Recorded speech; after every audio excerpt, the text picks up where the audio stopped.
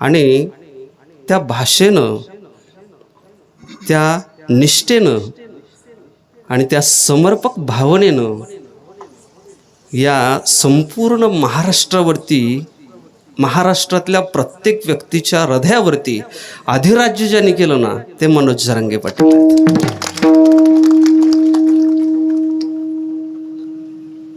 आरक्षण मिळावं म्हणून आपण आज लढत नाहीत.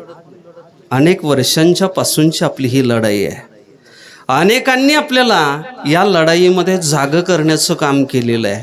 अनेकांनी आपल्याला जागृती देण्याचा प्रयत्न केला. अहो, जगद्गुरू संत श्री तुकोबरायांच्या पासून ही जागवण्याची पद्धत, जागवण्याची परंपरा सुरू झाली.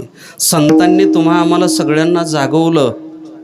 ऐशे जागविती असं सगळ्या लोकांना जागवतात, सगळ्या जनाला जागवतात. जागे वारे आता, जागे वारे आता,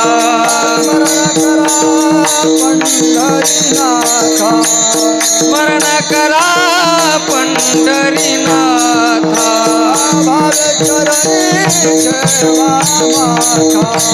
भावे चरणी ठेवा माथा, धनदारा पुत्र व्यथा जन्माचा, धनद्वारा पुत्र जन, धनद्वारा पुत्र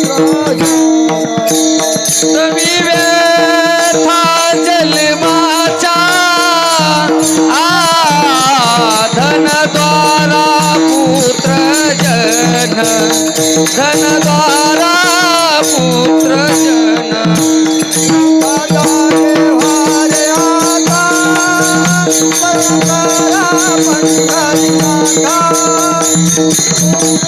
देवा माता सुखविथा जन्माचा, जागे वारे आता, स्मरण करा पंढरीनाथा, भावे चरणी ठेवा माथा, चुकवी व्यथा जन्माचा.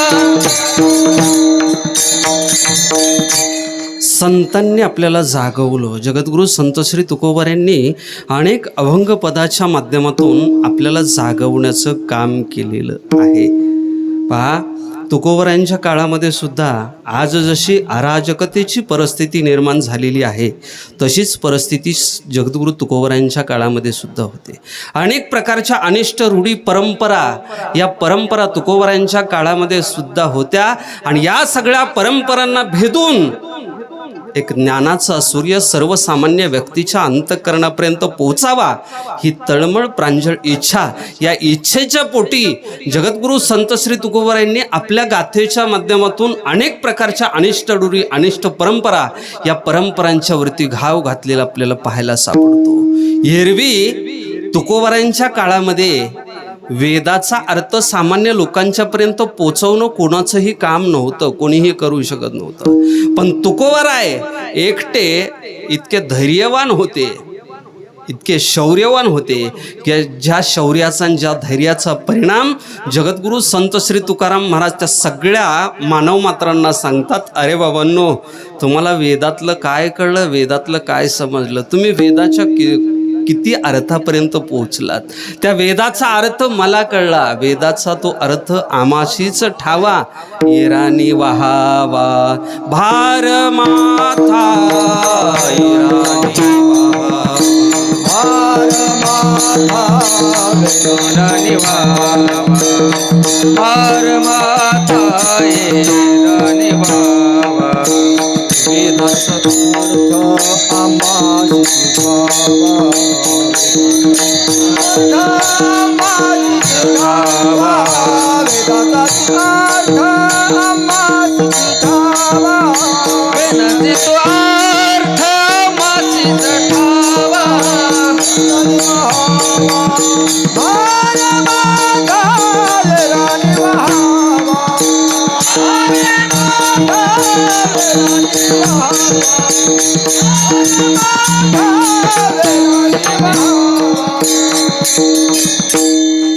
त्या काळामध्ये एवढं बोलणं इतकं सोपं होतं का? नाही. वेदाचा तो अर्थ आमाशीच ठावा, येराने वहावा भार माथा. तुकोबरांनी याच गोष्टीवरती परखडपणे बोललं असं नाही. तुकोबरांच्या गाथेचं चिंतन करा, गाथेचा अभ्यास करा. तुकोबराय सांगतात, अनिष्ट रूढी परंपरांच्या बाबतीत फार परखडपणे तुकोबराय बोलतात, नवसे कन्यापुत्र होती तरी का करणे लागे पती, ही तुकोबरांची भाषा आहे. आणि एवढ्या सगळ्या पद्धतीनं तुकोबरांनी सांगून पाहिलं, गोडगोड पद्धतीनं सांगून पाहिलं, पण जगातलं कोणीच ऐकायला तयार होईना, कोणीच ऐकत नाही, कोणीच त्यांच्याकडं लक्ष देत नाही. एक गोष्ट बोलू का, जोपर्यंत माणूस चांगल्या पद्धतीनं चांगल्या भाषेमध्ये गोड भाषेमध्ये सांगतो तोपर्यंत त्याच्याकडं कोणाचं लक्ष जात नाही. पण ज्या वेळेस तोच माणूस सगळ्या गोष्टी करून करून थकून जातो आणि मग तो पर्यायी मार्गाचा अवलंब करतो, म्हणजे शांततेचा मार्ग सोडून देतो आणि हिंसेचा मार्ग अवलंबतो, त्यावेळेस सगळं जग त्याच्याकडं पाहायला लागतं. तुकोबरायांनी सुद्धा तेच केलं. तुकोबराय सगळ्यांना सांगून सांगून पाहिलं.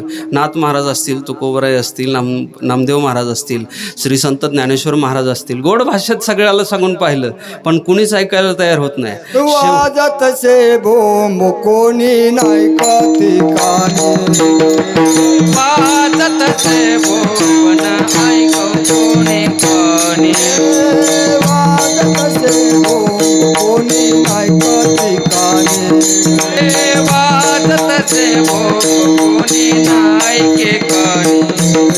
हरी हरी नाम म्हणता तया थोर झाली हानी, हरी हरी म्हणता तया थोर झाली हानी, हरी हरी नाम म्हणता तया थोर झाली हानी, हरी हरी म्हणता तया थोर झाली हानी.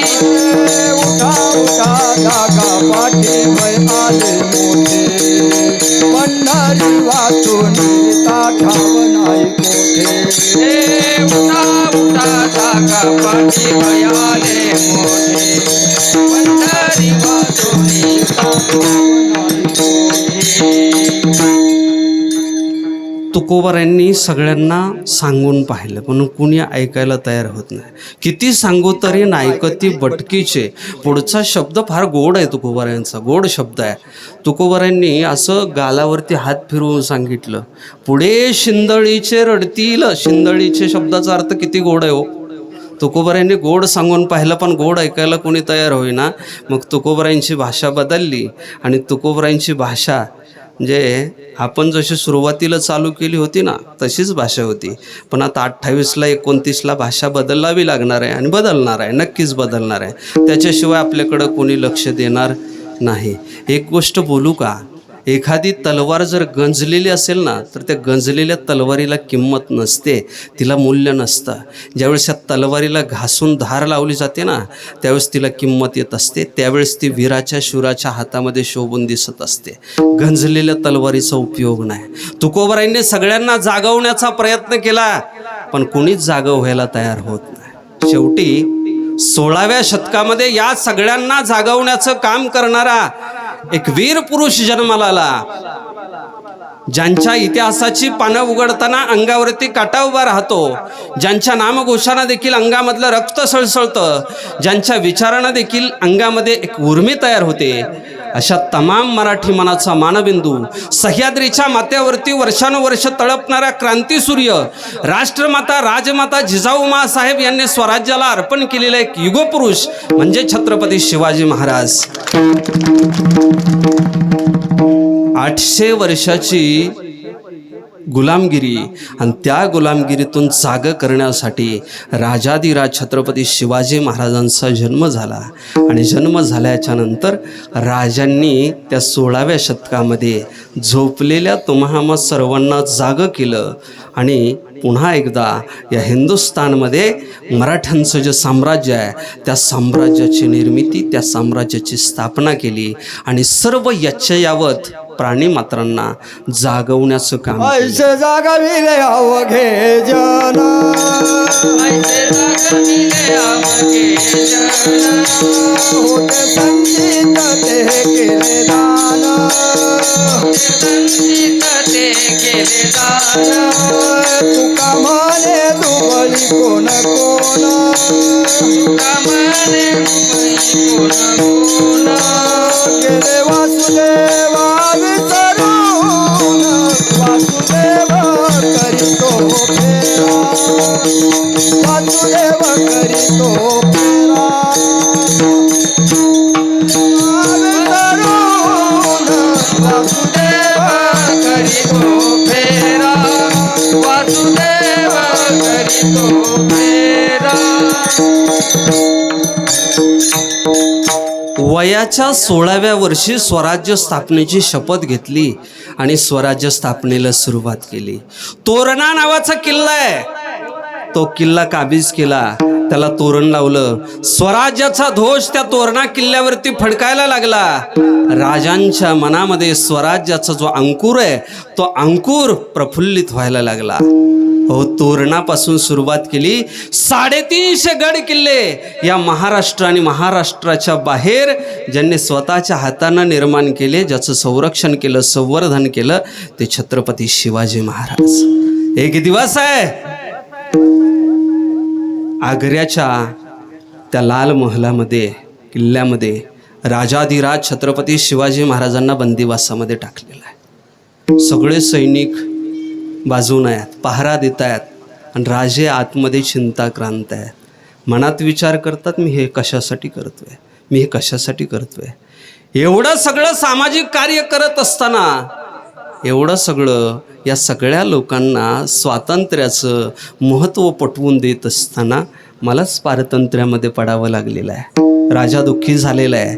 राजा मनात विचार करतोय, आता यांच्या या बंदिवासातून माझी सुटका होणं शक्य नाही शक्य. एक गोष्ट बोलू का? अहो, तुम्ही आम्ही आपल्या माणसात आहोत तरी आपल्याला दुःख आहे. 16व्या शतकामध्ये एक राजा परकीय सेनेच्या आणि परकीय त्या सैन्याच्या मध्यभागी नजरकैदेमध्ये पडलेला आहे. सगळ्या बाजूनं तेच आहेत. अगदी 300 किलोमीटरपर्यंत, 400 किलोमीटरपर्यंत, 500 किलोमीटरपर्यंत परकीयांचीच सत्ता आहे. कुठूनच निघण्यासाठी वाट दिसत नाही. राजा मनात विचार करतो, इथून बाहेर पडलं पाहिजे, पण पडणं शक्य नाही. कसं बाहेर पडायचं, कसं बाहेर पडायचं. आणि हे सगळं करत असताना राजांच्या समोर तुकोबरायांची जी गाथा आहे ती गाथा समोर आली आणि राजा तो अभंग वाचतात आणि त्या अभंगातलं जे शेवटचं पद आहे ते शेवटचं पद वाचतात. राजे तुकोबरायांचं ते पद अंतःकरणात ठेवतात. ते पद असं आहे, निश्चय जर केला ना तर निश्चयाला फळ मिळाल्याविना राहत नाही. अभंगाचं निश्चयाचं फळ निश्चयाचे बळ निश्चयाचे बळ निश्चयाचे बळ निश्चयाचे बळ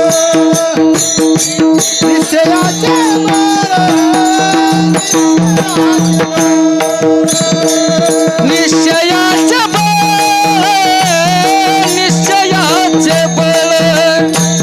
निश्चयाचे बळ निश्चयाचे बळ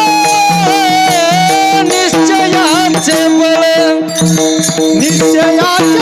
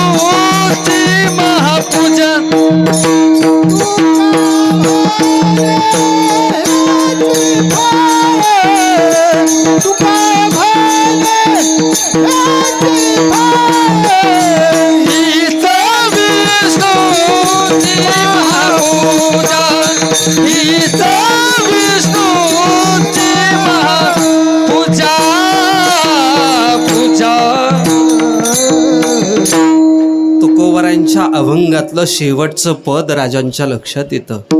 राजे त्याचं स्मरण करतात. निश्चय जर केला ना तर त्या निश्चयाचं बळ आहे, त्याला फळ आल्याविना राहत नाही. मनात विचार करतायत आणि विचार करता करता त्या निश्चयाला बुद्धीचं सहकार्य मिळतं आणि त्या बुद्धीमध्ये विचार जे आहेत ना ते विचार प्रस्फुटित व्हायला लागतात. त्याचा परिणाम असा होतो, इतकं मोठं परकीय सैन्य बाजूला असताना सुद्धा, नजर कैदेमध्ये राजे असताना सुद्धा सगळ्यांच्या डोळ्या देखत सगळ्यांना जागं ठेवून राजाधिराज छत्रपती शिवाजी महाराज त्या कडक पहाऱ्यातून पसार होतात. कोणालाच दिसत नाहीत, कोणालाच सापडत नाहीत. नवे महाराष्ट्रात येईपर्यंत, आपल्या रायगडावर येईपर्यंत राजाचा मागमूससुद्धा कोणी घेऊ शकत नाही. कारण काय असेल ना, तर कारण फक्त एकच आहे, निश्चयाचे बळ तुका म्हणे तेची फळ. एखाद्या गोष्टीचा तुम्ही जर निश्चय केला ना तर त्या निश्चयाला बळ मिळतं आणि त्याला फळ आल्याविना राहत नाही. आरक्षणाची ही लढाई आजची नाही. 15 ऑगस्ट 1947ला हा देश स्वतंत्र झाला. देश स्वातंत्र्य झाल्याच्या नंतर 26 जानेवारी 1949ला आपण भारतीय राज्यघटनेचा स्वीकार केला, इंडियन कॉन्स्टिट्यूशन. जी राज्यघटना डॉक्टर राजेंद्र प्रसाद यांच्या अध्यक्षतेखाली आणि डॉक्टर बाबासाहेब आंबेडकर यांच्या कुशल अशा मार्गदर्शनाखाली जी राज्यघटना तयार झाली, त्या राज्यघटनेचा स्वीकार आपण केला. या राज्यघटनेनुसार आपण प्रजासत्ताक म्हणजे प्रजेची जी राज्यव्यवस्था आहे, लोकांनी लोकांच्यासाठी चालवलेलं जे राज्य आहे त्या राज्याची स्वीकृती केली. त्या पद्धतीचं राज्य आपण स्वीकारलं आणि ते राज्य चालवण्यासाठी जो कायदा आवश्यक आहे तो कायदा इंडियन कॉन्स्टिट्यूशन किंवा भारतीय राज्यघटना या रूपानं आपण स्वीकारला. या राज्यघटनेच्या स्वीकाराच्या नंतर इसवी सन 1952 साली पहिलं जे मतदान आहे ते मतदान पहिल्या वेळेस 1952ला झालं आणि 52ला झाल्याच्या नंतर आपण आपले प्रतिनिधी त्यावेळेस निवडून दिले. आपण निवडून दिले म्हणण्यापेक्षा त्यावेळेस काही इतकी साक्षरता नव्हती. जे समोरचे लोक होते त्यांना प्रतिनिधीमधून म्हणून निवडलं गेलं. पण भारतीय राज्यघटनेच्या अनुषंगानं ही जी व्यवस्था आहे, सगळी व्यवस्था आहे, 1952ला आपण आपले आमदार, आपले खासदार या सगळ्यांना निवडून दिलं आणि या सगळ्यांचे एक मंत्रिमंडळ तयार झालं. हे मंत्रिमंडळ तयार झाल्याच्या नंतर आरक्षण कोणाला द्यावं, कोणाला देऊ नये याच्या संदर्भामध्ये चर्चासत्र सुरू झालं. ही चर्चा सुरू असताना डॉक्टर बाबासाहेब आंबेडकरांनी या राज्यघटनेच्या माध्यमातून काही प्रवर्ग बनवले आणि त्या प्रवर्गाला आरक्षण देण्याचं काम केलं. त्याच्यामध्ये SC असतील, ST असतील, या 2 प्रवर्गाची निर्मिती केली आणि त्याच्या माध्यमातून जे मागास आहेत, म्हणजे आर्थिकदृष्ट्या, सामाजिकदृष्ट्या जे मागास आहेत अशा लोकांच्यासाठी आरक्षणाची व्यवस्था केली. ही आरक्षणाची व्यवस्था करत असताना राजकीय आरक्षण, शैक्षणिक आरक्षण आणि नोकरीतलं आरक्षण अशा 3 पद्धतीचं आरक्षण या राज्यघटनेतल्या कलम 15 आणि कलम 16 या 2 कलमांच्या अनुषंगानं याची विभागणी किंवा वाटणी केली गेली. हे सगळं वाटत असताना आणखी एक प्रश्न ही राज्यघटना निर्माण करणाऱ्यांच्या समोर उपस्थित केला गेला. तो प्रश्न असा होता, तुम्ही SC आणि STला आरक्षण दिलं, पण याच्या पलीकडं सुद्धा ज्यांना आपण पुढारलेले समजतो, ज्याला आपण समाजातले पुढच्या तोंडाचे लोक समजतो, अशा लोकांच्यामध्ये सुद्धा काही आर्थिकदृष्ट्या गरीब लोक आपल्याला पाहायला भेटतात, काही सामाजिकदृष्ट्या गरीब लोक आपल्याला पाहायला भेटतात. मग यांची व्यवस्था कशी करायची? डॉक्टर बाबासाहेब आंबेडकर हा एक अत्यंत हुशार, बुद्धिमान, छत्रपती शाहू महाराजांच्या तालमीमध्ये तयार झालेला एक हिरा होता. शाहू महाराजांच्या तालमीमध्ये तयार झालेला होता आणि शाहू महाराज हे आरक्षणाचे जनक आहेत. छत्रपती शाहू महाराजांनी आरक्षणाची जी सुरुवात आहे ना त्या काळामध्ये सुरुवातीला केली होती. त्या काळामध्ये आरक्षणाची सुरुवात केलेली होती. जे शाहू महाराज हे आरक्षणाचे जनक आहेत, तीच आरक्षणाची जी पद्धत आहे, तीच आरक्षणाची पद्धत डॉक्टर बाबासाहेब आंबेडकरांनी उचलून आपल्या कॉन्स्टिट्यूशनमध्ये म्हणजे राज्यघटनेमध्ये घेतलेली आहे.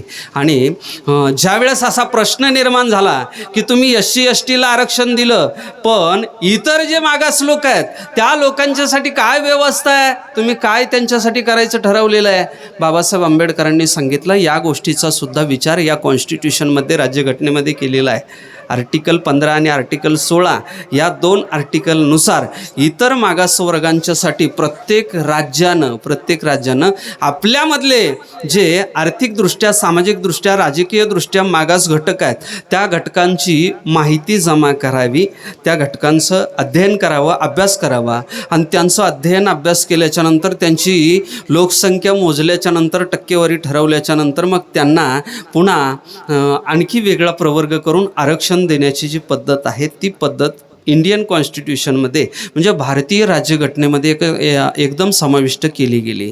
याच्यानंतर 1957 आलं. 1957 या 57च्या कालखंडामध्ये तोपर्यंत आपला महाराष्ट्र हा स्वातंत्र्य नव्हता बरं का. आपला महाराष्ट्र हैदराबादच्या निजामांच्या सत्तेखाली होता. तोपर्यंत आपण पारतंत्र्यामध्ये होतो. इकडं संपूर्ण देश स्वतंत्र झाला, पण माझा महाराष्ट्र आणखी स्वतंत्र झालेला नव्हता. महाराष्ट्रातले लोक पारतंत्र्यातच जीवन जगत होते. स्वतंत्र भारताची जी फौज आहे ती फौज पुन्हा एकदा या महाराष्ट्रामध्ये आली. निजामांच्या बरोबर त्यांचं युद्ध झालं, संघर्ष झाला. महाराष्ट्रातल्या अनेक लोकांनी आमचा महाराष्ट्र स्वतंत्र व्हावा, ही जी सत्ता आहे ना, या अन्यायी असलेल्या, अत्याचारी असलेल्या सत्तेतून, यांच्या अत्याचारातून आम्हाला मुक्तता मिळावी, हा महाराष्ट्र स्वातंत्र्य व्हावा म्हणून स्वतःच्या देहाचं बलिदान दिलं, रक्त सांडलं. आणि त्या रक्त सांडण्याचा परिणाम 1960 या सालामध्ये महाराष्ट्र हा स्वतंत्र झाला आणि मुंबईसह महाराष्ट्र राज्याची स्थापना झाली. महाराष्ट्र राज्याची स्थापना झाल्याच्या नंतर माझ्याकडं थोडंसं लक्ष द्या, माझ्यापेक्षा तुमचा अभ्यास कदाचित जास्त असू शकतो, तुमच्या तारखा वगैरे पाठ असू शकतात, पण मीही तुमच्यापेक्षा काही कमी नाही. म्हणजे माझ्या दाढीकडं आणि धोत्राकडं नका पाहू, म्हणजे अडाणी नाही. बरेच लोक माझ्या धोत्राकडं दाढीकडं पाहिलं का ते निवळ अडाणी समजी देत, निवळ अडाणी बरं का. एखाद्या दुकानात जर गेलो ना मी, जा पुढं काय नाही येतं, म्हणजे मी काय मागायला जातो का त्यांच्याकडं, पण ते अडाणी समजतात, ते अडाणी. पण तसं समजत जाऊ नका. नक्कीच तुमच्यापेक्षा 2 पुस्तकं जास्त शिकलेलो आहे मी. BSc LLB आहे बरं, BSc LLB म्हणजे कायद्यातलं परफेक्ट ज्ञान घेऊन इकडं आलेलो आहे. आताच्या वेशावर नका जाऊ, आता हे वेगळी. ते सगळं सोडून इकडं आलेलो आहे, पण ते आणखी डोक्यात आहे ना, डोक्यातून गेलं का ते कायदे, कलम, प्रत्येक पुस्तकातले पाठ आहेत, प्रत्येक कलमानुसार काय, कोणत्या कलमाच्या काय व्याख्या आहेत, या सगळ्या प्रत्येक गोष्टीचं अध्ययन आहे. म्हणून थोडंसं आरक्षणाचा जो विषय आहे तो विषय तुमच्या अंतःकरणापर्यंत पोहोचावा आणि त्याचं नॉलेज तुम्हाला व्हावं, ज्ञान व्हावं. जोपर्यंत एखाद्या वस्तूचं ज्ञान आपल्याला होत नाही तोपर्यंत त्याची किंमत आपल्याला कळत नाही. एक गोष्ट बोलू का, रस्त्यानं चालत असताना रात्रीची वेळ, आता तुम्ही रात्री कीर्तन संपल्याच्या नंतर रस्त्यानं चालले आणि जात असताना रस्त्याच्या कडेला तुमच्या हातामध्ये जी बॅटरी काय, त्या बॅटरीच्या प्रकाशामध्ये, मंद अंधकार आहे, त्या प्रकाशामध्ये तुम्हाला एखादी चमकलेली वस्तू दिसली. ती दिसल्याबरोबर तुमच्या मनामध्ये काय निर्माण होतो, आकर्षण निर्माण होतं, वाटतं ही काय असेल, संभ्रम निर्माण होतो. जवळ जातो, हातात वस्तू उचलून घेतो, उचलून घेतल्याच्या नंतर लक्षात येतं आपण ज्याला पिवळं चमकणारी वस्तू सोनं समजत होतो ती सोनं नसून काय आहे, बेगड आहे, बेगड चमकणारा तो कागद आहे. आणि तो हातात घेतल्याच्या नंतर, त्याचं ज्ञान झाल्याच्या नंतर त्याची निरर्थकता लक्षात येते, मग त्याला टाकण्याची बुद्धी होते. जर तीच वस्तू उचलल्याच्या नंतर आपल्याला सोनं हे सोनं रूपानं कळलं तर आपण टाकून देऊ का? नाही टाकून देणार. तसं जोपर्यंत आरक्षण तुम्हाला कळत नाही तोपर्यंत तुम्हाला आरक्षणाच्या विषयी अनुकंपा, प्रेम निर्माण होणार नाही, त्याची गरज तुमच्या लक्षात येणार नाही. खरं सांगू का, आज या महाराष्ट्रातील अनेक जाती अशा आहेत की ज्यांना आरक्षणाची गरज आहे. खरं पाहिलं तर मराठ्यांना खऱ्या अर्थानं आरक्षणाची गरज आज आहे. पूर्वीच्या काळी आपल्याला गरज नव्हती. पूर्वीच्या काळी गावचा कारभार हाकण्याचं काम आपल्याकडंच होतं. त्याच्यामुळं आपल्याला आरक्षणाची आवश्यकता नव्हती. जमिनी भरपूर होत्या. कोणाला 100 एकर, कोणाला 200 एकर, कोणाला 500 एकर, हजार एकराचे सातबारे होते. पण आज जर पाहिलं ना तर आज 1 एकर, 2 एकर, 5 एकरचा मोठा शेतकरी आहे. पश्चिम महाराष्ट्रामध्ये जा, 5 एकरसुद्धा पाहायला नाही भेटणार. 5 एकरसुद्धा नाही, 2.5 एकर, 3 एकर गुंठ्यावरतीच आहे. 10 गुंठे, 5 गुंठे. काय करायचं त्याच्यात? घर बांधायचं, संडास बाथरूम बांधायचं, विहीर खांदायची का काय करायची? शासनानं विहीर दिलं तर ते खांदायला जागा नाही राहिली, कुठं खांदायची? शासनानं घर दिलं पण ते बांधायचं कुठं? बांधण्यासाठीच जागा शिल्लक राहिलेली नाही. शासनानं शेततळं दिलं पण कोणाच्या जमिनीमध्ये बनवायचं? अहो देतंय हो सरकार, देत नाही असं नाही, देतंय सरकार, पण ते बनवायचं कुठं? आता तुमच्याकडं थोडासा डोंगराळ भाग आहे इकडं विदर्भ मराठवाड्यामध्ये, म्हणून थोडेसे जमिनी जास्त प्रमाणामध्ये आहे, डोंगर उताराचे भाग आहेत, तिथं बनवायला सोयीस्कर आहे. पण पश्चिम महाराष्ट्रामध्ये जाऊन पहा, तिथं शासन जरी देत असलं ना तरी त्याचा उपयोग त्यांना करता येत नाही. काही लोकांची परिस्थिती, मी आजची परिस्थिती काही लोकांची सांगतो. 10 गुंठे, 5 गुंठे जमीन आहे, 5 गुंठे जागा आहे, त्याच्यामध्ये घर बांधायचं का संडास बाथरूम बांधायचं याचा प्रश्न त्यांच्या पुढं आहे. म्हणून मुलांना शिकवतात, कष्ट करून शिकवतात. कुणी जर्शा गाई घेतं, त्या जर्शा गाईंना सांभाळून लोकांचे बांध कापून आणि गवत टाकून त्यांना शिकवतात, त्यांना सांभाळतात आणि ते सांभाळून त्याच्या दुधाच्या पैशावरती आपल्या मुलांना शिकवण्याचा प्रयत्न करतात. पण किती दिवस शिकवू शकतात? तो 10वी 12वीपर्यंत शिकवतात. 12वीच्या पुढं मुलगा गेला का त्याला जर डॉक्टर व्हायचं असलं, त्याला मेडिकल साईडला जायचं असलं, त्याला इंजिनियर व्हायचं असलं तर हा 10 गुंठ्याचा शेतकरी पुरतो का? नाही पुरत. जसं त्या मुलाच्या डोळ्यामध्ये पाणी आहे ना, तसं बापाच्या डोळ्यामध्ये सुद्धा पाणी आहे. बापसुद्धा मनात विचार करतो, कोणत्या देवानं सांगितलं होतं मला या ठिकाणी देह धारण करायला, जन्म घ्यायला? मनात विचार करतो. आज या महाराष्ट्रामध्ये कोवळी तरुण मुलं आत्महत्या करत आहेत. तरुणांना आत्महत्या करावी का? तरुण मुलांनी आत्महत्या करावी का? काल परवाची गोष्ट आहे, 10वी 12वीचा मुलगा आहे, फी भरायला पैसे नाहीत. फी भरायला 10वी 12वीची फी किती असते? जास्तीत जास्त 1000-2000 रुपये असेल, त्याच्यापेक्षा जास्त काय असणार आहे? पण तेच 2000 मिळत नाहीत म्हणून दोरी घेतली आणि लिंबाच्या झाडाला जाऊन फाशी घेतली. 2 अक्षरामध्ये चिठ्ठी लिहून ठेवली. अहो दादा, आपल्या पप्पांना, आपल्या वडिलांना चिठ्ठी लिहिली, पप्पा तुमची परिस्थिती मला कळतीये, तुमच्या परिस्थितीची जाणीव मला आहे, मी तुमच्याकडं मागू शकत नाही, पण मला 12वीच्या परीक्षेचा फॉर्म भरायचा आहे. तो फॉर्म भरण्यासाठी मला 1,500 रुपयाची फी लागते, 1700 रुपयाची.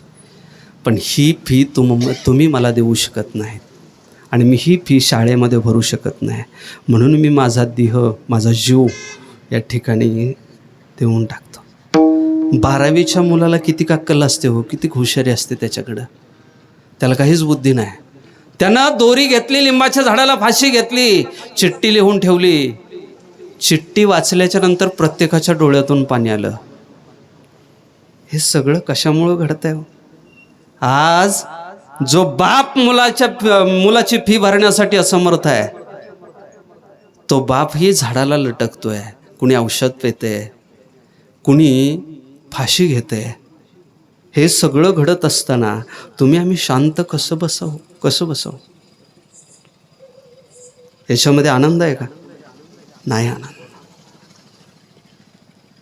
1960ला हा महाराष्ट्र स्वतंत्र झाला, महाराष्ट्र राज्याची स्थापना झाली आणि महाराष्ट्र राज्याची स्थापना होत असताना या महाराष्ट्रामधले काही जिल्हे इतर राज्यांना जोडले गेले. कर्नाटकला असतील किंवा आणखी तमिळनाडू वगैरे इतर राज्यांना ते जोडले गेले आणि महाराष्ट्र आणि मुंबई, आत्ताचे काही जिल्हे आणि मुंबई याचा मिळून एक महाराष्ट्र नावाचा प्रदेश तयार केला.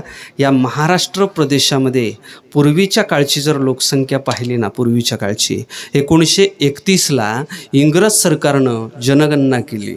इंग्रज सरकार हे विद्वानांचं सरकार आहे, हुशार लोक आहेत ते. त्यांनी त्यावेळेस जनगणना केली, लोकसंख्या मोजली. ही लोकसंख्या मोजत असताना जातीनिहाय जनगणना त्यांनी केलेली आहे. प्रत्येक जातीची संख्या किती आहे, कोणत्या जिल्ह्यामध्ये किती आहे, कोणत्या परगण्यामध्ये किती आहे आणि कोणाला किती टॅक्स लावायचा, या प्रत्येक गोष्टीची नोंद आपल्याला 1931च्या जनगणनेमध्ये 1919च्या जनगणनेमध्ये पाहायला सापडते. आता माझा सगळ्यात महत्त्वाचा मुद्दा इथं आहे, आरक्षणाचा प्रश्न कधी निर्माण झाला. 1931ची ही जी जनगणना आहे ना, या जनगणनेचा अभ्यास करा. याची जी कागदपत्रं आहेत ना, ती कागदपत्रं त्याची पडताळणी करा. या कागदपत्रांच्या मध्ये प्रत्येक जिल्ह्याची जनगणना दिलेली आहे. ही जनगणना देत असताना प्रत्येक जातीची जनगणना तिथं सांगितलेली आहे. जे प्रत्येक जातीचे, मुस्लिम असतील, मुस्लिमामधले इतर ज्या जाती आहेत त्या जातींच्या असतील, हिंदू असतील त्या हिंदूंच्या मधल्या ज्या सगळ्या जाती आहेत त्या सगळ्या जातींच्या जी जनगणना आहे त्यांची संख्या त्या ठिकाणी दिलेली आहे. ही जनगणना ज्यावेळेस आपण अभ्यासतो ना, त्यावेळेस त्या जनगणनेमध्ये बीड जिल्हा असेल, जालना जिल्हा असेल किंवा इकडं धाराशिव असेल, संभाजीनगर असेल, हे जे मराठवाड्यातले जिल्हे आहेत ना, या मराठवाड्यातल्या प्रत्येक जिल्ह्यामध्ये कुणबी मराठा 37%, कुणबी मराठा 38%, कुणबी मराठा 45% एवढंच लिहिलेलं आपल्याला सापडतं. मराठा हा गटच कोणत्याही ठिकाणी सापडत नाही. कोणत्याही जिल्ह्याची लोकसंख्या तुम्ही पहा, तिथं केवळ मराठा शब्द देऊन जनगणना म्हणजे लोकसंख्या लिहिलेली नाही, कुणबी मराठा हेच लिहिलेलं आहे. ज्यावेळेस महाराष्ट्र राज्याची स्थापना झाली ना 1957ला, त्यावेळेस सगळा डाटा चेंज झाला. हे जे सगळं पाठीमागचं लिखाण आहे ना, हे सगळं बदललं. आपल्या पुढचा कुणबी शब्द गेला आणि आपल्या पुढं शेतकरी मराठा हा शब्द आला. शेती करतो म्हणून शेतकरी, कुणबी शब्द काढला आणि शेतकरी शब्द ठेवला. माझा या सरकारला प्रश्न आहे, जर या लोकसंख्येमध्ये 37%, 45% प्रत्येक जिल्ह्यामध्ये कुणबी मराठ्यांची लोकसंख्या नोंदवलेली असेल, तर 1960च्या नंतर ही 37% असलेली कुणबी मराठ्यांची संख्या, 45% असलेली कुणबी मराठ्यांची संख्या अचानक हिचं स्थलांतर कुठं झालं? अमेरिकेला गेले का जपानला गेले? सांगा ना, याचं कुणीतरी गणित दाखवा ना. पण कुणीच दाखवायला तयार नाही. 1965च्या पासून हा जो लढा आहे ना, हा आरक्षणाचा लढा सुरू झाला. आरक्षणाची खरी ठिणगी जर कोणत्या वेळेस पडली असेल ना, तर ती 1981ला पडलेली आहे. अण्णासाहेब पाटील माथाडी कामगार सेनेचे ते अध्यक्ष आहेत, प्रमुख आहेत.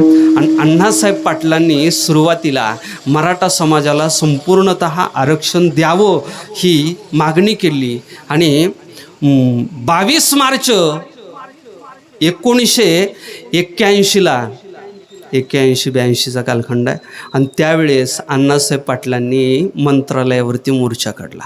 लाखो लोक त्या मोर्चामध्ये सहभागी आहेत. प्रत्येक जणाच्या मनामध्ये आशा आहे, आता नक्की आपल्याला आरक्षण मिळाल्याविना राहणार नाही.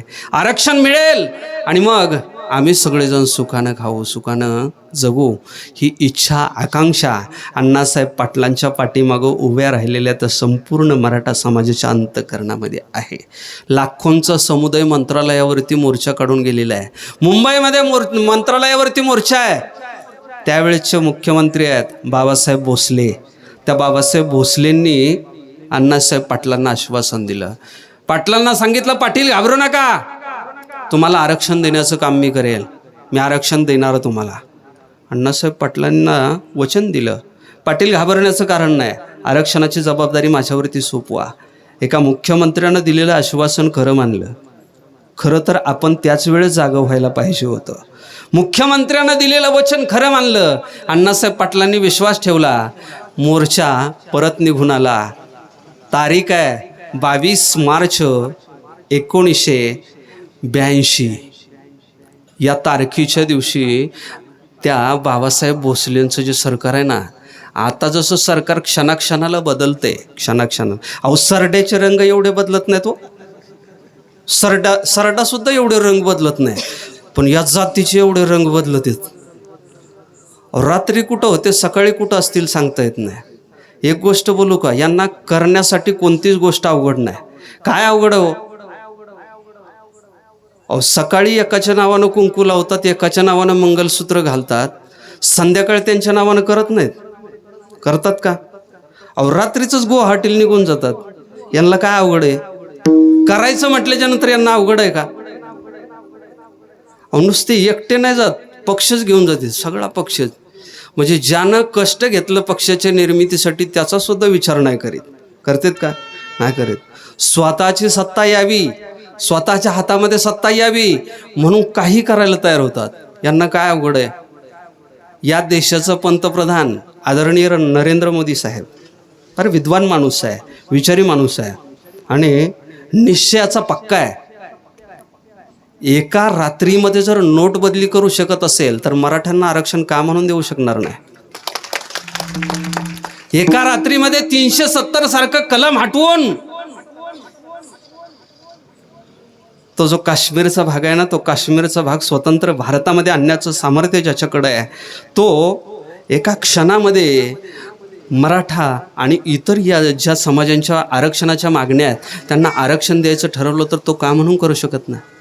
अहो करायचं ठरवलं तर करू शकतो हो, पण करायची इच्छा नाही. एका माणसानं बाजारामध्ये एक म्हैस विकायला आणली बरं का, आणि तो म्हैस विकत असताना काही माणसं बोलण्यासाठी हुशार असतात. तो म्हैस विकत असताना म्हशीची जाहिरात करायचा. अहो तुम्ही आलात, म्हैस पाहिली, म्हैस फार चांगली आहे. म्हशीच्या मनात आलं ना तर म्हैस किती दूध देते.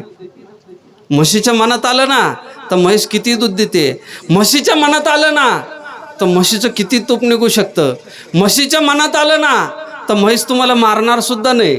म्हशीच्या मनात आलं ना तर म्हैस चरण्यासाठी सुद्धा चांगली आहे. फक्त म्हशीच्या मनात कधी येत नाही. ही म्हैस फार अवघड आहे पहा, हिच्या मनातच कधी येत नाही. जर मनात असतं ना तर आदरणीय जरांगे पाटलांना 17 दिवस उपोषण करावं लागलं नसतं लागलं. पण म्हशीच्या मनातच नाही ना दूध द्यायचं. म्हशीनं नुसत्या लाता घालायचं ठरवलेलं तुम्हाला. आतापर्यंत लाताच घातलेली तुम्हाला. काय केलंय? मी काय राजकारणी माणूस नाही, राजकारणाच्या बद्दल मला प्रेम नाही, कोणत्या राजकारण्याच्या विषयी प्रेम नाही आणि कोणत्या राजकारण्याच्या विषयी द्वेषसुद्धा माझ्या मनामध्ये नाही. मला सगळे सारखे आहेत. मला काय घेणं देणं आहे कुणी असलं तरी, मला काही घेणं देणं नाही. पण समाजाच्या डोळ्यातून जर अश्रू येत असतील ना तर त्या गोष्टीची जाणीव करून देणं हे माझं कर्तव्य आहे आणि मी त्याच्याबद्दल बोललं पाहिजे. जर मी नाही बोललो तर कोण बोलणार आहे? समाजाला मार्गाला लावणं हे सत्पुरुषांचं कर्तव्य आहे आणि ज्याला सत्पुरुष व्हायचं आहे त्यानं ते काम केलं पाहिजे. या म्हशीच्या मनात आलं ना तर म्हैस काही करू शकते. आदरणीय जरांगे पाटलांना 17 दिवस उपोषण करायची आवश्यकता नव्हती, करायची गरजसुद्धा नव्हती. फक्त म्हशीनं मनात आणायला पाहिजे होतं, पण म्हैस मनात आणत नाही. अहो बाबासाहेब भोसलेंनी अण्णासाहेब पाटलांना वचन दिलं, मी तुम्हाला काही दिवसामध्ये आरक्षण देईन, काळजी करू नका. तुम्ही आता हा जो मोर्चा आणलेला आहे तो मोर्चा जशाच्या तशा पद्धतीनं परत घेऊन चला.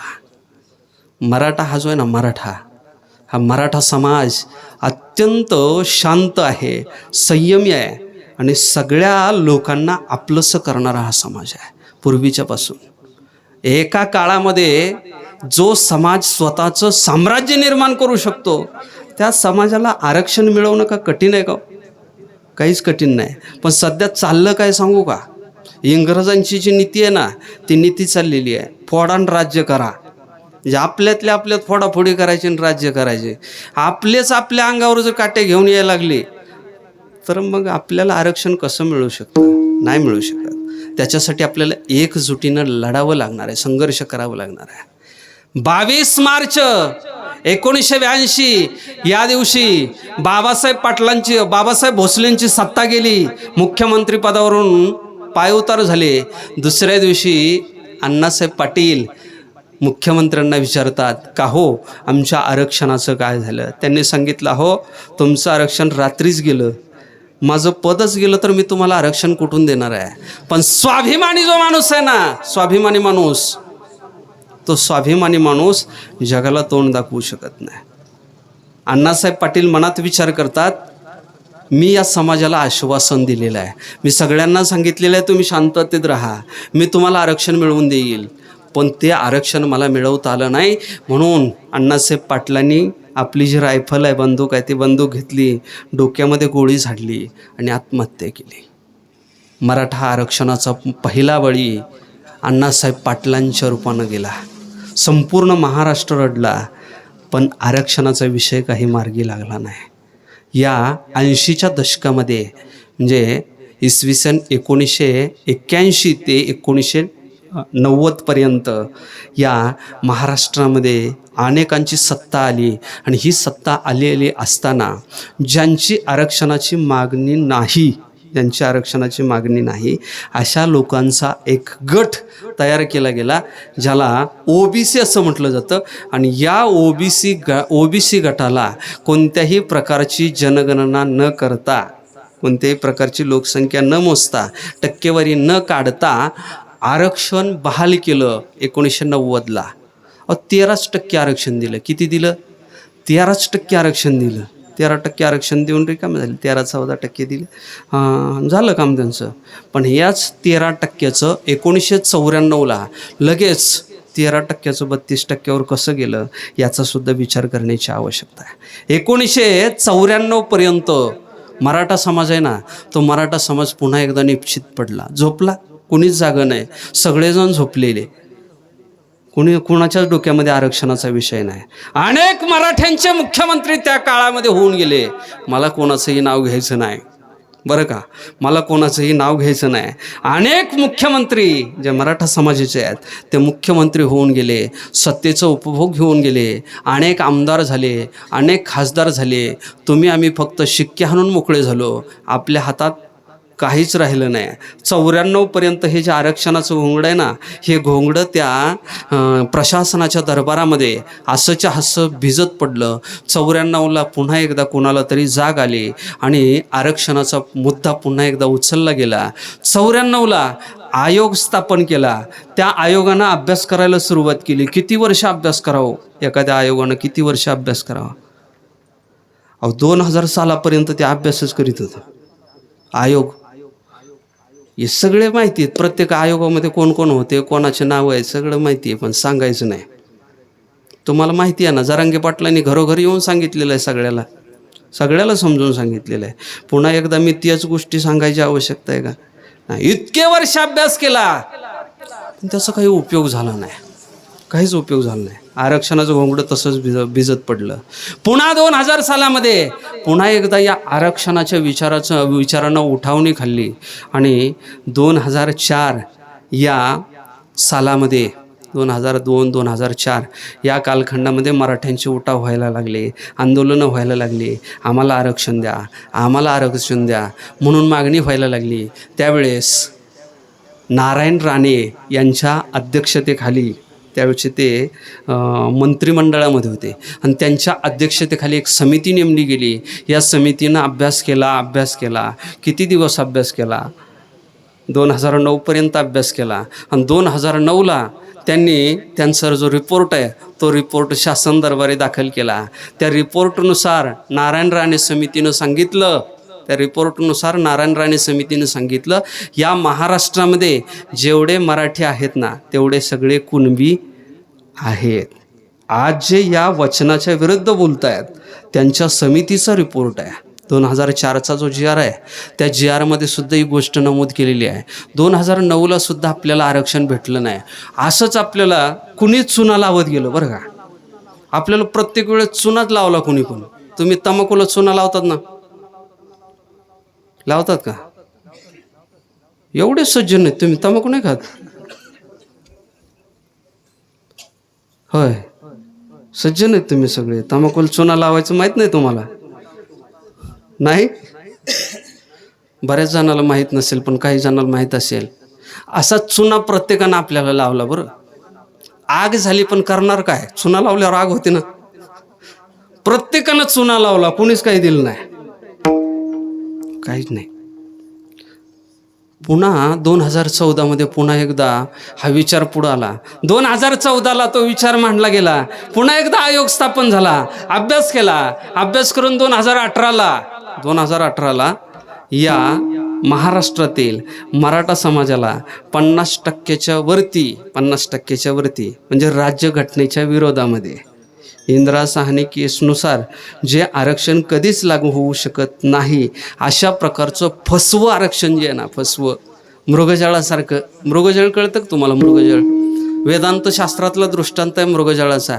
आपण कडक उन्हामध्ये जर रस्त्यानं चाललोत ना, तर रस्त्यानं चालत असताना तहान लागलेली असते, आपल्याला पाणी प्यावं वाटतं आणि रस्त्यावरती आपल्याला समोर पाणी दिसतं ना, समोर पाण्याचं तळच दिसतं, त्याच्यामध्ये झाडाच्या त्या परछायासुद्धा पडलेली असते, झाडाची सावलीसुद्धा त्याच्यामध्ये पडलेली असते. पाणी आपल्याला दिसतं. त्या पाणी पिण्याच्या आशेनं जर आपण त्याच्या पाठीमागं धावत राहिलो तर किती दिवसानं पाणी प्यायला भेटणार हो? कधीच नाही भेटत.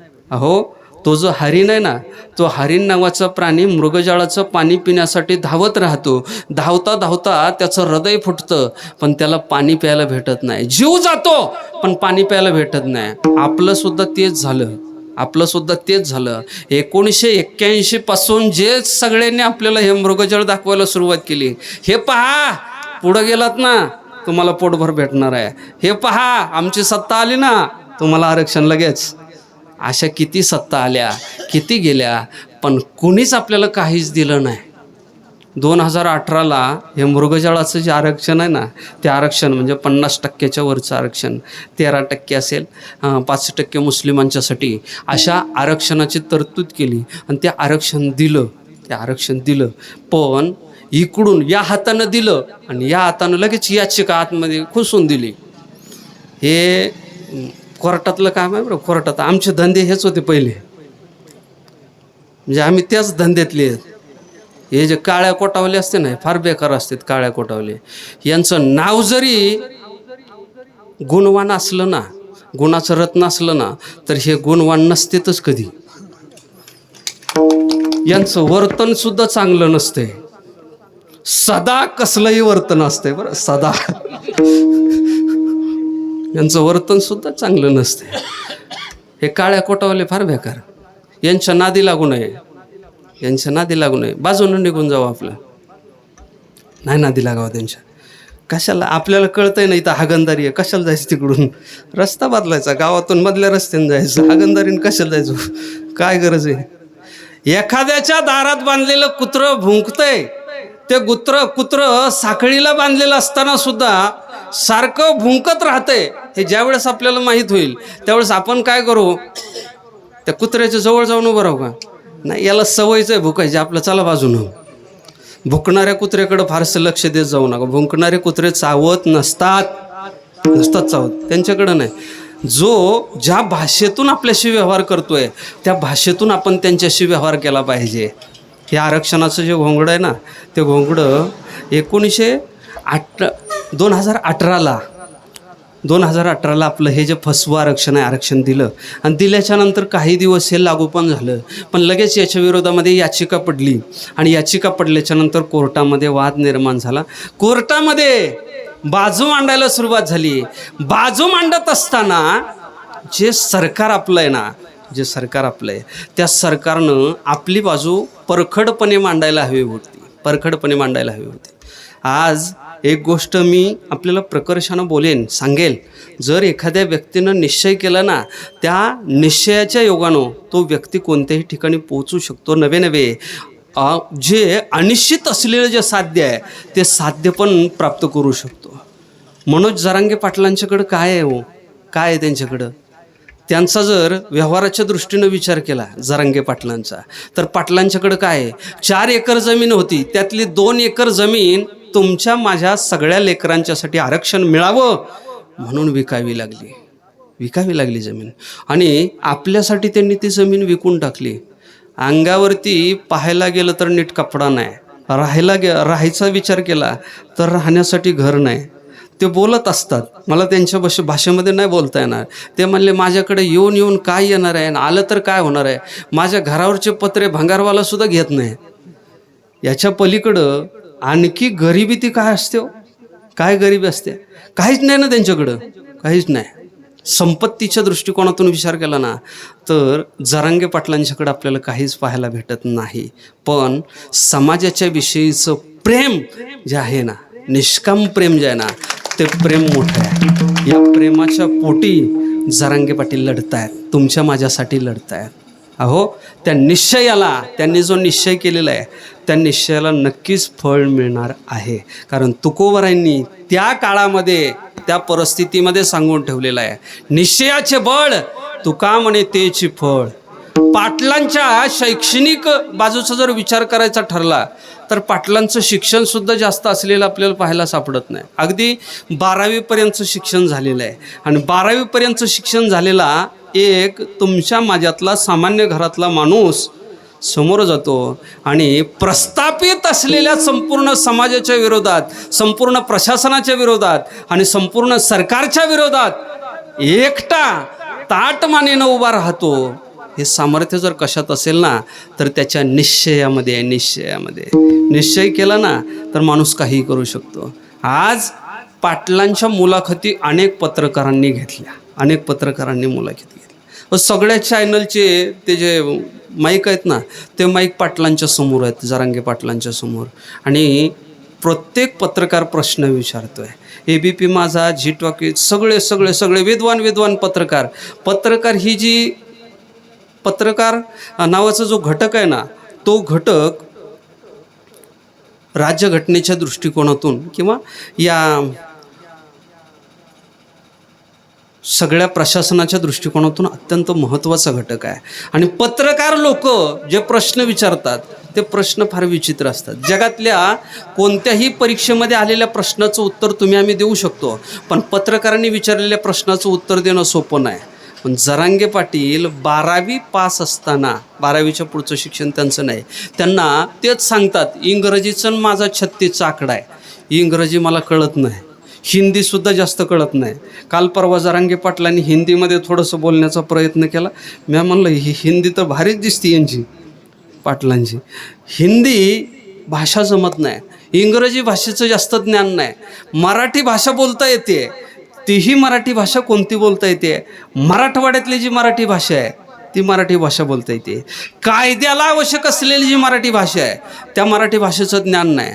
पण या जरांगे पाटलांच्या समोर ज्यावेळेस अनेक पत्रकार उपस्थित होतात, माईक लावतात आणि प्रश्न विचारायला सुरुवात करतात, त्यावेळेस प्रत्येक प्रश्नाचं उत्तर, प्रश्न विचारून प्रश्नचिन्ह द्यायच्या अगोदर उत्तर देऊन पूर्ण करायचं सामर्थ्य जर कोणामध्ये असेल ना तर ते आदरणीय जरांगे पाटलांच्यामध्ये आहे. हे सगळं कशामुळं घडत असेल हो?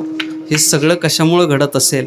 हे सगळं घडतं निश्चयामुळं. तुकोबराय सांगतात, निश्चयाचे बळ तुका म्हणे तेची फळ. तुम्हा आम्हाला सगळ्यांना जर आरक्षण मिळावं असं वाटत असेल, मग तो मराठा असेल, मग तो धनगर असेल, मग तो मुस्लिम असेल, मग तो इतर राज्यामधला कुणी जाट असेल, कुणी गुजरातमधला पटेल असेल, या सगळ्यांना जर आरक्षण मिळावं वाटत असेल तर जरांगे पाटलांच्या सारखी जी निष्ठा आहे ती निष्ठा तुमच्या आमच्या अंतःकरणामध्ये येणं गरजेचं आहे. जोपर्यंत ती निष्ठा आपल्या अंतःकरणात येत नाही तोपर्यंत आरक्षणाचं जे घोंगडं आहे ते घोंगडं कोरडं पडणार नाही, म्हणजे आपल्या ताब्यामध्ये आरक्षण येणार नाही.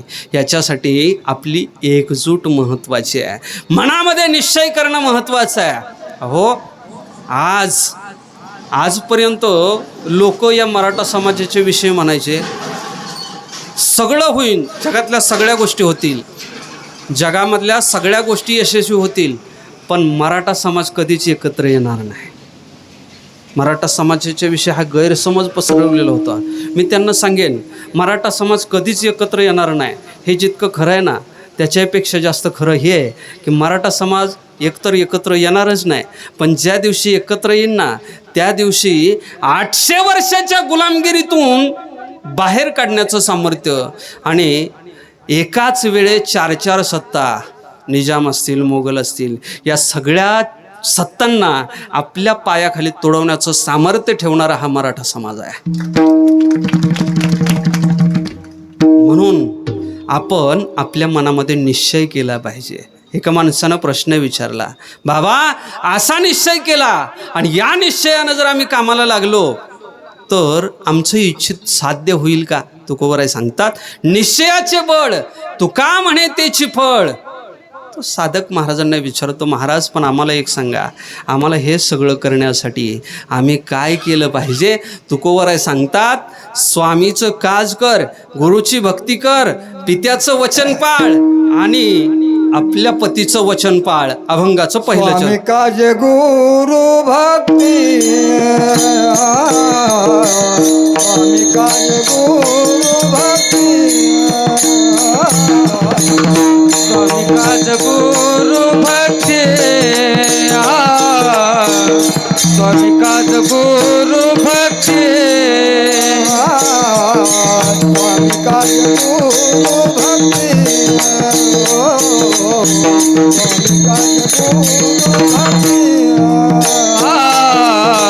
स्वामी काज गुरु भक्ती, स्वामी काज गुरु भक्ती, सेवापती पितृवचना सेवापती पूजा विष्णूची महापूजा, पितृवचन सेवापती, पितृवचन सेवापती, हीच विष्णूची महापूजा, हीच विष्णूची महापूजा. जगद्गुरू संत श्री तुकाराम महाराज सांगतात, माझ्याकडं थोडंसं लक्ष द्या. माझ्याकडं अतिशय अल्प वेळ शिल्लक आहे, म्हणजे बरोबर 9:47 झालेली आहेत का जास्त झालेत? माझा मोबाईल 15 मिनिटांनं पाठीमागं आहे, बरोबर 15 मिनिटांनं पाठीमागं आहे. 10 वाजले ना बरोबर, मग वेळ संपली ना माझी? संपली का माझी वेळ? संपली आहे का? नाही, आत्ताशी चालू झाली हो माझी वेळ. मराठ्यांची वेळ आत्ताशी चालू झालेली आहे, आतापर्यंत चालूच नव्हती झाली. आतापर्यंत सगळे त्यांचीच वेळ होती, कधी कमळाची, कधी घड्याळाची, कधी काचेची. नका बोलायला लावू मला, नका बोलायला लावू, मला तो विषय आवडत नाही, नका त्या विषयाकडं मला नेऊ. जगद्गुरू संत श्री तुकाराम महाराज सांगतायत, अहो तुम्ही मनामध्ये निश्चय करा. निश्चय जर केला ना, निश्चय करून तुमच्या स्वामीच्या विषयी, मालकाच्या विषयी प्रेम अंतःकरणामध्ये धारण केलं. स्वामी काज, स्वामींनी सांगितलेलं काम. आज तुमच्या आमच्या सर्वांच्यासाठी स्वामी कोण आहेत माहीत आहे? जरांगे पाटील आहेत. पाटलांनी सांगितलं ती काळ्या दगडावची रेष समजायची, पाटलांनी सांगितलं तीच पूर्व दिशा समजायची, पाटलांनी सांगितलं तोच दिवस समजायचा, आणि पाटलांनी सांगितलं तीच रात्र समजायची. स्वामी काज पाटलांनी सांगितलं आपल्याला, अहो प्रत्येक गावामध्ये साखळी उपोषण करा, प्रत्येक माणसापर्यंत पोहोचा, प्रत्येक माणसाला जागं करा, प्रत्येक माणसाला आरक्षणाचं ज्ञान करून द्या. तुम्ही आम्ही तेच काम केलं पाहिजे. पाटलांनी सांगितलं तुम्ही शांततेमध्ये आंदोलन करा. एक गोष्ट बोलू का, क्रांती जी घडते ना, क्रांती ती शांतीमध्येच घडत असते. जोपर्यंत आपण शांती धारण करत नाही तोपर्यंत क्रांती घडू शकत नाही. तुकोबरायांनी क्रांती केली कारण तुकोबरायांचं अंतःकरण शांत होतं. श्री संत नाथबाबांनी क्रांती केली कारण नाथबाबांचं अंतःकरण शांत होतं. श्री संत ज्ञानेश्वर महाराजांनी क्रांती केली कारण ज्ञानेश्वर महाराजांचं अंतःकरण शांत होतं. जोपर्यंत शांती आपण धारण करत नाहीत ना तोपर्यंत क्रांती आपल्या हातून घडू शकत नाही. स्वामी काज छत्रपती शिवाजी महाराजांनी सांगावं आणि त्यांच्या सेवकांनी ऐकावं, मावळ्यांनी ऐकावं, राजांनी सांगावं, अरे तानाजी तो जो गड आहे ना तो गड मला घ्यावा वाटतो, माझी इच्छा आहे त्या गडावरती एकदा भगवा फडकवायची. तानाजींनी राजांना मुजरा करावा, कमरेला तलवार खोसावी, 10-5 मावळे सोबत घ्यावेत, मागचा पुढचा विचार न करता त्या गडावरती स्वारी करून जावं. उदयभानासारखे छाटून कापून त्या गडावरती भगवा फडकावा. फडकवा बा. हे स्वामी काज, स्वामी काज. स्वामीच्या कार्यासाठी देह अर्पण केला पाहिजे. छत्रपती शिवाजी महाराजांच्या मावळ्यांनी जसं आपल्या मालकाच्या वरती, स्वामीच्या वरती निष्ठा ठेवली ना, तशी आपण सुद्धा निष्ठा ठेवली पाहिजे. अहो, एक दिवस उपवास करणं शक्य नाही आहे का? शक्य? एक दिवस एकादशी करीत नाहीत राव. तुम्ही करतात का एकादशी? होय, तुम्ही माळकरी एकादशी करतात का सगळे? हां, 1.5 किलो शाबू हाणून एकादशी करतात. आणि काय एकादशीला किंमत आहे? एकादशी असली का आदल्या दिवशीच 7 भाकरी खाऊन ठेवतो संध्याकाळी. एकादशी असली आदल्या दिवशी म्हणतो नाही नाही उद्या एकादशी आहे, उद्या एकादशी आहे. नाही, भाजी चांगली बनव, उद्या एकादशी आहे. भाकरी पोळ्या 7-8 पोळ्या आणि 7-8 भाकरी तर खाऊन घेतो आदल्या दिवशी, दशमीच्या दिवशी संध्याकाळीच. आणि दुसऱ्या दिवशी सकाळीच लगेच काय कर, ते 2 किलो शाबू आणलाय तेवढा भिजायला टाक, आणि 3 किलो भगर आणली तेवढ्याचा भात कर. काही गुळ टाकून कर, काही तिखट टाकून कर. म्हणजे तेवढा भात आणतो, तेवढा शाबू आणतो, पुन्हा 2-3 डझन केळी पण आणतो. एवढा उपवास आहे आपला. किती उपवास आपण करतो. एवढा उपवास आपण आपल्या स्वतःच्यासाठी करत नाहीत. करतोत का? 17 दिवस उपवासी राहणं सोपं आहे का? सोपं आहे का? आता उपवासाचा काय त्रास असतो ना, याचा अनुभव मला आहे. मला चातुर्मासचा उपवास चालू आहे सध्या. उपवास म्हणजे मी काय पूर्ण उपवासी नाही. मी पाणी पितो आणि फळं खातो. फळं जे आहेत ना, आपलं सफरचंद, केळी, जास्त नाही खावं वाटत. ते रोज रोज असल्यावर काय खावं वाटतं ते नाही. माझं 15 किलो वजन कमी झाले. म्हणजे दिंडीत आलो त्यावेळेस बरंच असं, म्हणजे शर्ट मला असे दटत होते हे सगळे. आता हे सगळे ढिलेच झाले सगळे. 15 किलो वजन कमी झालं. आणि आता असं कीर्तनाला उभं राहिलं ना, कीर्तनाला 2 तास जर उभं राहिलं तर हे जे गुडघे आहेत ना, नंतर बसून देत नाहीत. खाली बसायचं म्हणलं ना, ते म्हणतात खुर्चीवर बस, खुर्चीवर बस, खाली नको बसू. वाकतच नाहीत ते. उपवास सोपं आहे का? 17 दिवस अन्न नाही, पाणी नाही. कोणासाठी हो? कोणासाठी केलं एवढं सगळं? तुमच्या माझ्यासाठी केले, तुमच्या माझ्यासाठी केले. आपली लेकरं आरक्षणाविना व्यतीत होत आहेत, दुःखी होत आहेत. कुणी आत्महत्येच्या दिशेनं पावलं टाकते. आणि हे सगळं थांबावं म्हणून स्वतःच्या जीवाला त्रास आहे. सरकारसुद्धा किती घेंड्याच्या कातडीचं आहे बघा ना. 17 दिवस कुणी वाट पाहत असतं हो. 17 दिवस. त्या जरांगे पाटलाच्या जागेला जर मी असतो ना, तर मी 5व्याच दिवशी उठलो असतो. म्हणलं असतं आता यांना सुट्टी द्यायची नाही. आता एकदा उपोषण करून मरता मरता जगलेलो आहे, आता यांना सुट्टी नाही. नाहीतरी आपण कुठं सुट्टी देतो? जिथं भेटन तिथं अडवायला लागलो तर आपण पण आता. आणि जर नाहीच अडवून भागलं ना तर फोडायला पण लागलो. पण फोडू नका. आपण फोडतो. आपलं रक्त गरम आहे. राजांच्या काळात हातात तलवार घेऊन अनेक शत्रूंची मुंडकी आपण कापलेली आहेत. आपण का गरीब आहेत का? नाही. तसं स्वभावानं आपण गरीब नाहीत, शौर्यवान पुरुष आहेत आपण सगळेजण. एक गोष्ट बोलू का? एक गोष्ट, महाराष्ट्रातल्या मराठ्यांचे जे पुरुष आहेत ना, ते पुरुष बाजूला ठेवा. सगळे पुरुष बाजूला ठेवा. यांचं काहीच काम नाही. यांनी मधीच यायचं नाही. माझ्या या महिला मंडळाने जरी ठरवलं ना, एक मंत्री गावात येऊ द्यायचा नाही, मंत्र्याला फिरूच द्यायचं नाही, हे सुद्धा नाही फिरून देणार. नाही फिरून हे सोडा, लांबचं सोडून द्या. मादळमीमध्ये गाडी कोणी फोडली माहिती का तुम्हाला? मराठ्याच्या एवढ्या पिल्ल्यानं फोडली, एवढ्याच. त्याचा झार वाळला नाही अजून, दगड घेतला आणि फाडकून गाडीच्या काचावर मारला. म्हणजे त्यांनी जरी ठरवलं ना, ज्यांना कळत नाही त्यांनी जरी ठरवलं ना, तरी आपण आरक्षण घेऊ. आपण ठरवलं तर घेणारच, विषयच नाही. आपण जर ठरवलं ना तर आपण आरक्षण घेणारच, घेतल्याशिवाय राहणार नाहीत. आपल्याकडे ती ताकद आहे. पण आपल्यातल्या एका घटकानं जरी ठरवलं ना तरी तेवढी ताकद आपली आहे. आणि आपलं हक्काचं आहे ना. आपण का त्यांचं मागतोय का? आपण दुसऱ्या कोणाचं मागतोय का? नाही. आपलं हक्काचं आहे आणि त्या हक्काचं मागतोय. आपल्या हक्कावरती आजपर्यंत आपण पाणी सोडलेलं आहे. आजपर्यंत आपण त्याचा विचार केलेला नाही. पण आज आपल्याला त्याची गरज आहे ना. आपल्या लेकरांना त्याची गरज आहे, आज मिळालंच पाहिजे आणि आपण ते मिळवणारच आहे. जरांगे पाटलांनी एवढं 17 दिवसाचं उपोषण केलं. सरकारने एवढा अत्याचार अन्याय करायला नाही पाहिजे. कोणा एका व्यक्तीला 17 दिवस उपवाशी ठेवणं एवढं सोपं नाही. बरं, नुसतं उपवाशी नाही ठेवलं, हाणून मारून उपवाशी ठेवलं.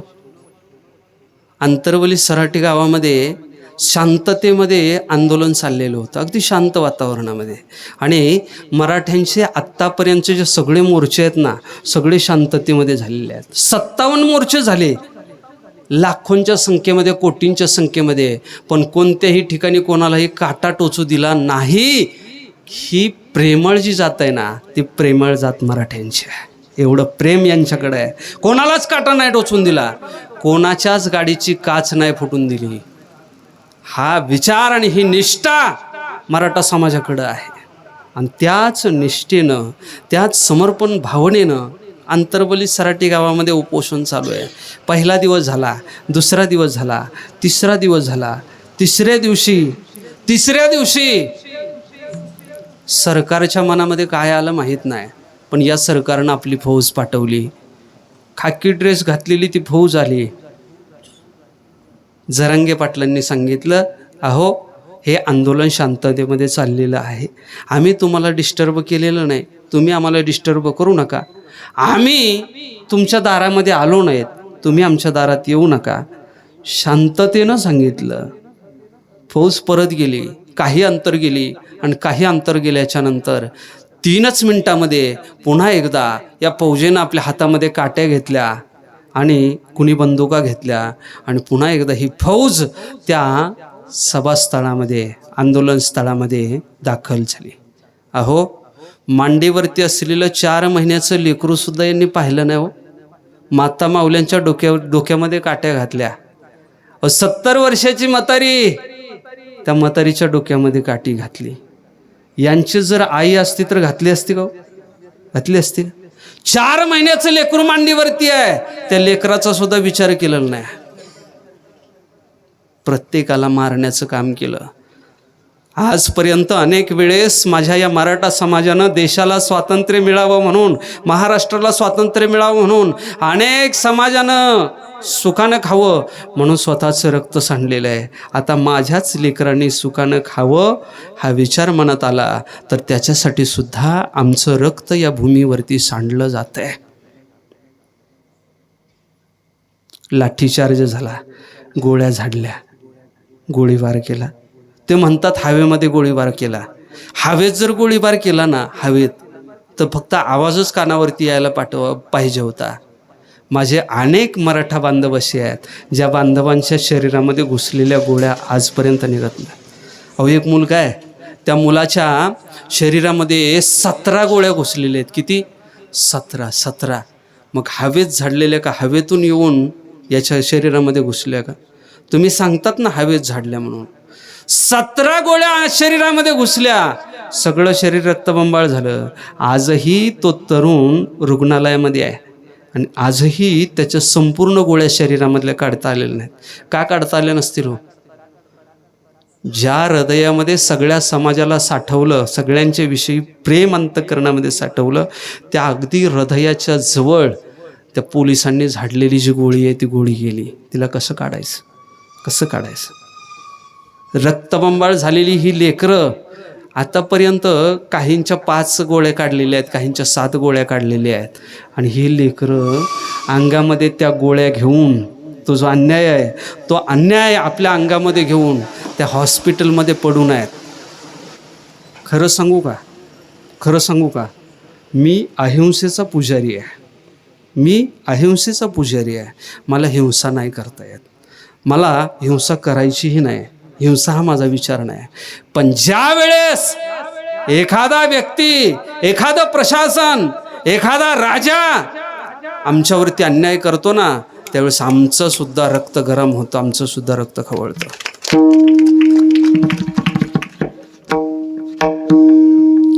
एक गोष्ट बोलू का, या शरीरामध्ये जोपर्यंत रक्ताचा थेंब आहे तोपर्यंत आम्ही न्याय मिळवल्याशिवाय राहणार नाही. तुम्ही हजारो वेळेस गोळ्या झाडा, तुम्ही हजारो वेळेस लाठीचार्ज करा, तुम्ही हजारो वेळेस आमचं रक्त सांडा, पण आमच्या शरीरातला रक्ताचा थेंब असेपर्यंत आम्ही आमच्या लेकरांच्यासाठी न्याय मिळवल्याविना राहणार नाही. ही आहे निष्ठा आणि हा आहे निश्चय. हा निश्चय जोपर्यंत आपण अंतःकरणात धारण करत नाहीत ना, तोपर्यंत कुणी आपल्या दारामध्ये आरक्षणाचं दान घेऊन येणार नाही. आरक्षण हे लढूनच आपल्याला मिळवावं लागणार आहे. आदरणीय जरांगे पाटलांनी त्या सराटे अंतरवलीमध्ये पुन्हा एकदा उपोषणासाठी सुरुवात केलेली आहे. आता आज 4था दिवस आहे. कितवा दिवस आहे? 4था दिवस आहे. अगोदरचं 17 दिवसाचं उपोषण, 17 दिवसाच्या उपोषणाच्या नंतर रात्र आणि दिवस संपूर्ण महाराष्ट्र पिंजून काढला. महाराष्ट्रातलं एक गाव खेडं सुद्धा सोडलं नाही. प्रत्येकाची भेट घेतली, प्रत्येकाचं दर्शन घेतलं, प्रत्येकाचा आशीर्वाद घेतला, प्रत्येकाला आरक्षण समजावून सांगितलं. अहो, या निर्दयी सरकारनं 30 दिवसाची वेळ मागितली. आम्ही दिलदार आहोत, आम्ही मोकळ्या मनाचे आहोत. या मराठा समाजानं 40 दिवसाची मुदत दिली, 40 दिवसाची मुदत दिली. पण सरकारला वाटलं 40 दिवस संपले का हे सगळे गार पडतील, थंड पडतील, यांचा विचार पुन्हा होणार नाही. जसं पहिलं झालं ना, जसं पहिलं 1981चं दबलं, 1994चं दबलं, 2000चं दबलं, 2009चं दबलं, 2014चं दबलं, तसं ही सुद्धा लाट दबेल असा विचार प्रशासनानं, सरकारनं केला. आणि म्हणून या गेंड्याच्या कातडीच्या सरकारनं 40 दिवसामध्ये कोणत्याही प्रकारचा विचार मराठा आरक्षणाचा केला नाही. आणि 40 दिवस झाल्याच्या नंतर पुन्हा एकदा आदरणीय जरांगे पाटलांना उपोषणासाठी बसावं लागलं. आज 4था दिवस आहे. 4था दिवस आहे. आणि 4थ्या दिवशी अन्न नाही, पाणी नाही, कोणत्याही प्रकारचा औषध उपचार नाही. माणूस त्या स्टेजवरती पडलेला आहे. तरीही आज तरी सरकार त्याच्याकडं पाहते का? पाहते का? अहो, रात्री एक व्हिडिओ एका पक्षाच्या ट्विटर हँडलवरती प्रकाशित झाला. जुना व्हिडिओ पुन्हा एकदा दाखवला.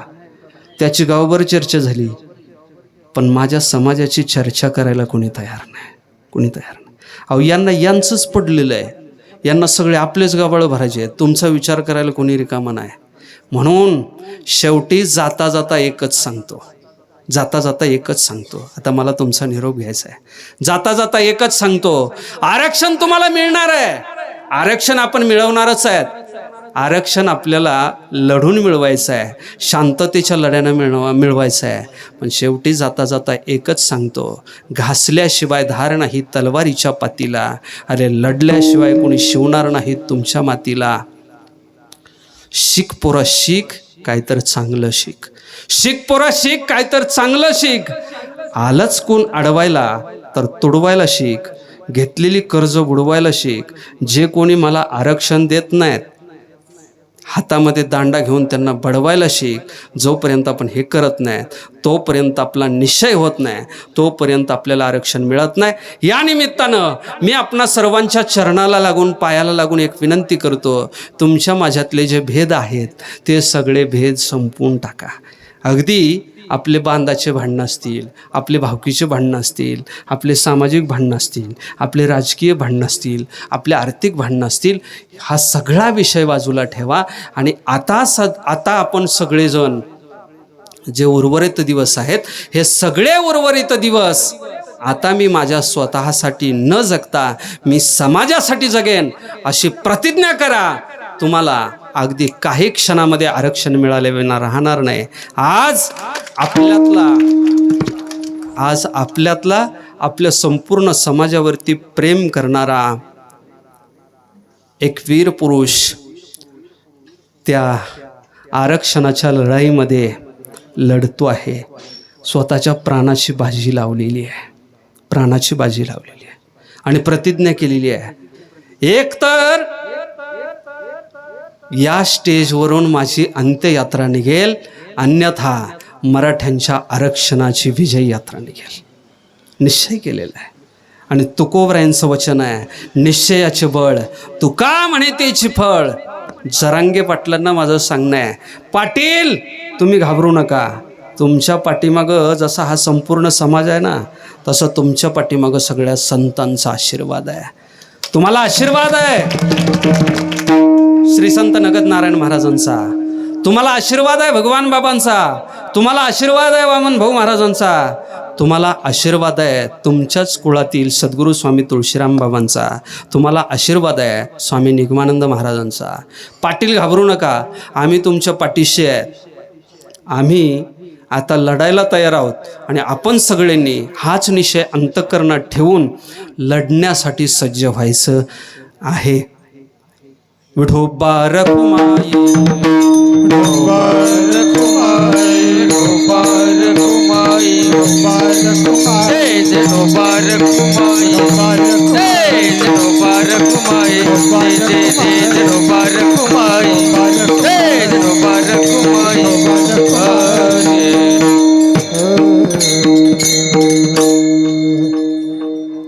तुम्हाला हार घालायचा होता पण मला तो हार घ्यायचा नाही. माझा एक समाज बांधव ही लढाई करत असताना आज 4थ्या दिवशी उपोषण करतोय हो. आणि कोणत्या तोंडानं हा हार गळ्यामध्ये घेऊ, कसा घेऊ?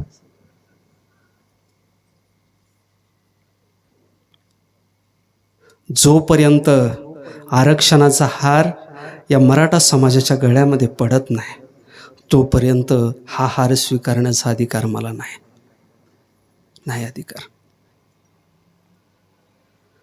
जाता जाता एवढंच सांगतो, तुम्ही मोठ्या प्रेमळ अंतःकरणानं या ठिकाणी मला बोलवलं. असंच एकनिष्ठेनं प्रेमानं सर्वजण एकत्र राहा. अगदी ही जी आरक्षणाची लढाई आहे ना, ही आरक्षणाची लढाई शेवटच्या टप्प्यामध्ये आहे. या टप्प्यामध्ये आपल्याला जो नडला ना तो नडलेला संपल्याविना राहणार नाही. फक्त आता चेहरे उघड पडायला लागलेले आहेत. जे कोण नडतोय, कोण काय होतं, यांचे चेहरे उघड पडायला लागलेले आहेत. उघड पडलेल्या चेहऱ्यांना म्हणजे लगेच त्याच्याकडं तलवार घेऊन काठी घेऊन नका जाऊ, पण त्याला फक्त दुर्लक्षित करा. जसं भुंकणारं कुत्रा आपण सोडून देतो आणि बाजूला निघून जातो ना, तसं या भुंकणाऱ्या कुत्र्यांच्याकडं 2-4 भुंकणारे कुत्रे आहेत, जास्त नाही बरं का, 2-4च आहेत. 2-4च भुकत आहेत. त्यांना बी त्यांचे मालक तुकडा टाकीत असतील म्हणून भुकत आहेत ते, नाही तर त्यांची पण भुंकण्याची हिंमत नाही. अहो, सिंहाच्या जबड्यात हात घालून त्याचे दात मोजणारी जात मराठ्यांची आहे, तिथं हे कुत्र्यांचं काय चालणार आहे? माझ्या मराठ्यातला एक योद्धा 40 दिवस मृत्यूला झुंज देतो. 17 दिवस झुंज देणं आम्हाला का जड आहे का? 40 दिवस दिली झुंज मृत्यूला, ना वाकला ना मोडला. सह्याद्रीचा छावा तो कुणापुढेही नाही झुकला. राजाधिराज छत्रपती शंभू महाराज. त्या संभाजी राजांच्या आपण वंशज आहोत, त्या शिवाजी महाराजांच्या आपण वंशज आहोत, त्या प्रभू श्रीरामांच्या आपण वंशज आहोत, आणि कूटनीतीमध्ये प्रवीण असलेल्या भगवान श्रीकृष्णाचे आपण वंशज आहोत. कूटनीती वापरा, प्रभू श्रीरामांची सत्यता वापरा. सत्य बोल मुखे, दुखवे अनेकांच्या दुःखे, हेची विष्णूची महापूजा. अनुभव नाही तुझ्या झालेली सेवा